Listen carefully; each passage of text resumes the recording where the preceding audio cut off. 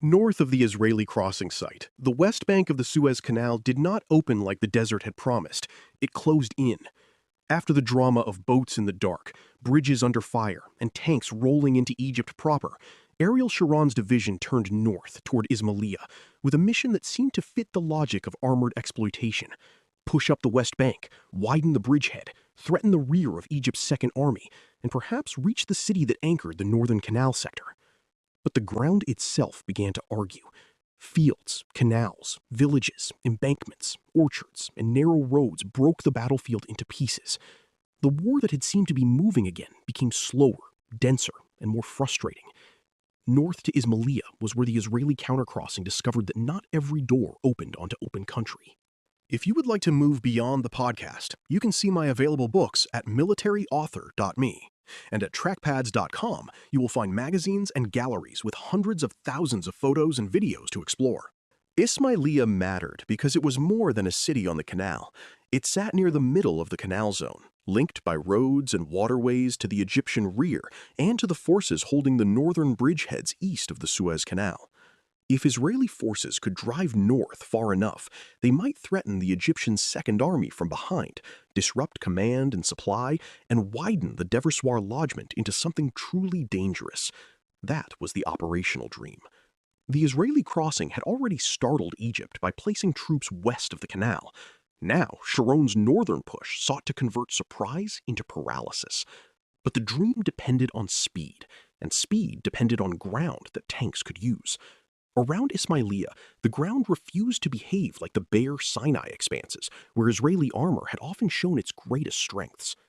To follow the movement without a map, imagine the Israeli bridgehead near Deversoir and the Great Bitter Lake. From there, one Israeli thrust under Avraham Adon drove south towards Suez and the supply lines of the Egyptian Third Army. Sharon's force moved in the opposite direction, northward along and beyond the canal's western side, toward Ismailia and the rear of the Egyptian Second Army. The two drives had different characters. The southern push eventually found more room for maneuver and clearer operational consequences. The northern drive ran into the cultivated belt, where water sheeped everything. The canal was on one side, irrigation channels and the Sweetwater Canal cut through the landscape, and roads did not always lead where tanks needed to go.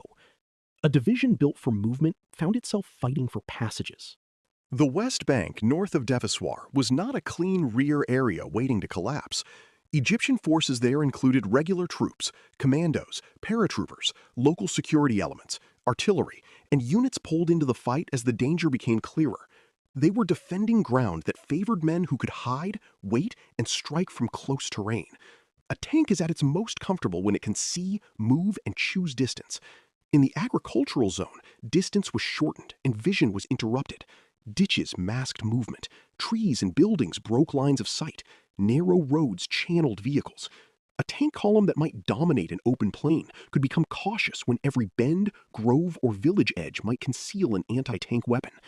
The Egyptian defenders did not need to defeat Sharon's division in a sweeping armor duel.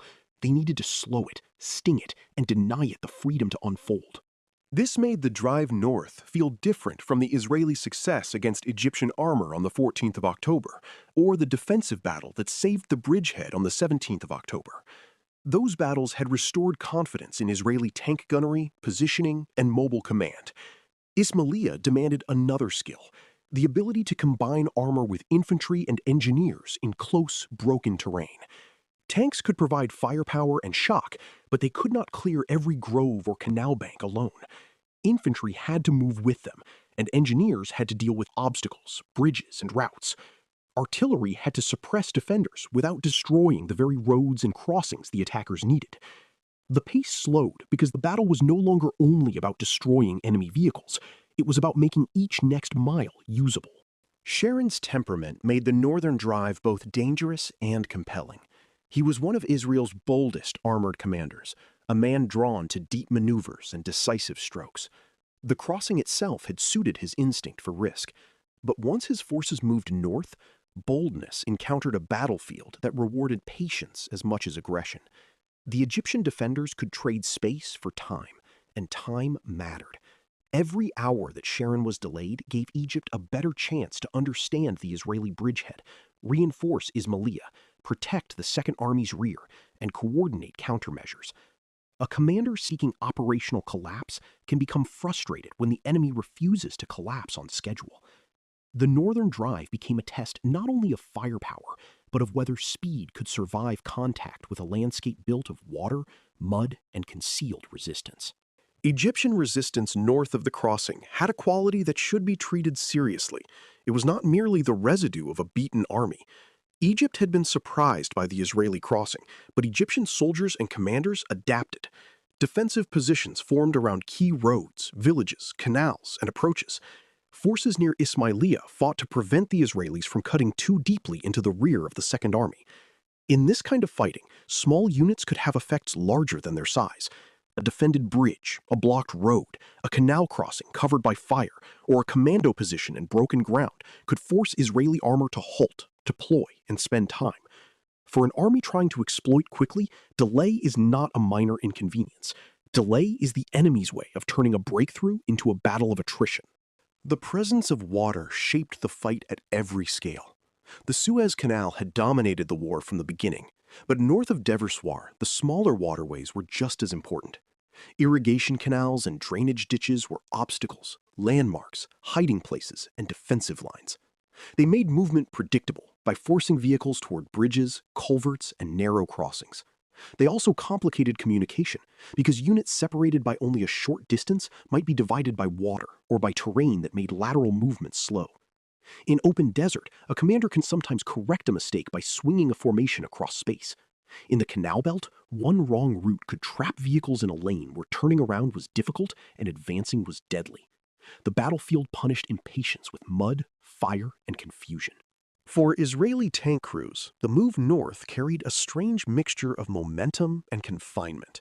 They had crossed into Egypt, which only days earlier would have seemed almost unimaginable after the shock of Operation Badr.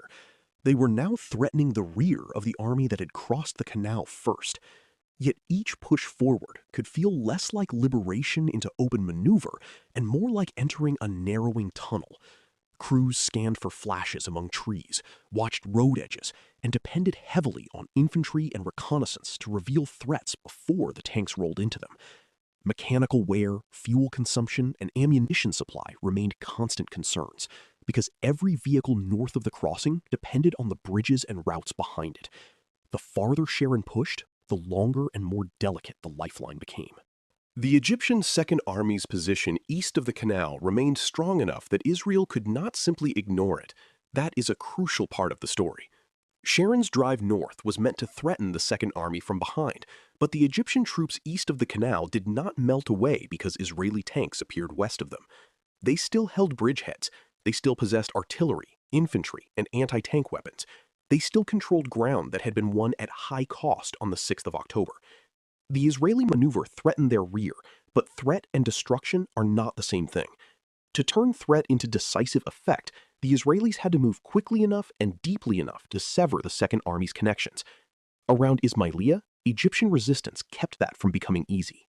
The fight north also revealed the limits of armored exploitation after a brilliant crossing. A crossing can create surprise, but surprise fades. A bridgehead can open a flank, but the flank must be widened. Tanks can move into the enemy's rear, but rear areas contain terrain, troops, and infrastructure that can slow them down. The history of armored warfare is full of moments when commanders believe a breakthrough has solved the problem, only to discover that the exploitation phase has its own demands. Fuel, bridges, engineers, infantry, air support, recovery, and route security become more important with every mile. North to Ismailia teaches that maneuver does not end friction.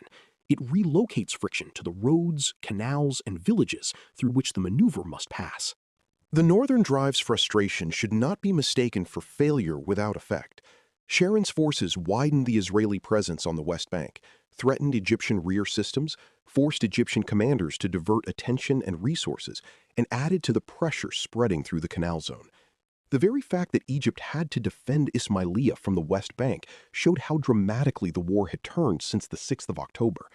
Yet the drive did not produce the clean collapse that bold maneuver sometimes promises. Ismailia did not simply fall open. The Second Army was not neatly severed and destroyed from behind. The West Bank became a contested landscape, not a highway to decision. In that unresolved space lies much of the truth of the campaign. Both sides had achieved something real, and neither could make the other's achievement disappear. The human experience of this fighting was hard and close. Egyptian defenders held positions under tank fire, artillery, and the pressure of an enemy trying to break into the rear of their army. Israeli crews and infantry advanced through ground that constantly reduced visibility and raised the chance of ambush. Civilians and the physical world of the canal zone, fields, roads, waterworks, and settlements stood near the path of military movement. This was not the clean desert war of imagination. It was a battle fought among the structures of lived land. Armored vehicles moved beside irrigation works meant for crops, through roads meant for ordinary travel, and towards cities with names that meant more than coordinates. The closer mechanized war comes to inhabited and cultivated ground, the less it resembles the sleek arrows drawn afterward. North to Ismailia matters because it complicates the story of Israeli recovery. The countercrossing at Deversoir was audacious, the survival of the bridgehead was dramatic, and the move into Egypt was a genuine operational reversal. But Sharon's drive north shows that initiative does not automatically become decision. Terrain, local resistance, command friction, and logistics can slow even a bold armored force after it has crossed into the enemy rear. In the larger arc of armored warfare, this episode sits between breakthrough and disappointment. It reminds us that tanks can open possibilities without guaranteeing outcomes, and that combined arms skill must adjust every time the ground changes. Near Ismailia, the West Bank did not give Israel the sweeping collapse it sought. It gave both armies a grinding contest over canals, roads, and time was now the one resource every commander feared losing. You've been listening to Famous Tank Battles. These battles were never just about machines. They were about doctrine, terrain, firepower, logistics, and the hard problem of turning shock into victory. For more military history writing and books, visit militaryauthor.me. And for magazines, podcasts, and a massive archive of military photos and video, visit trackpads.com. Thanks for listening.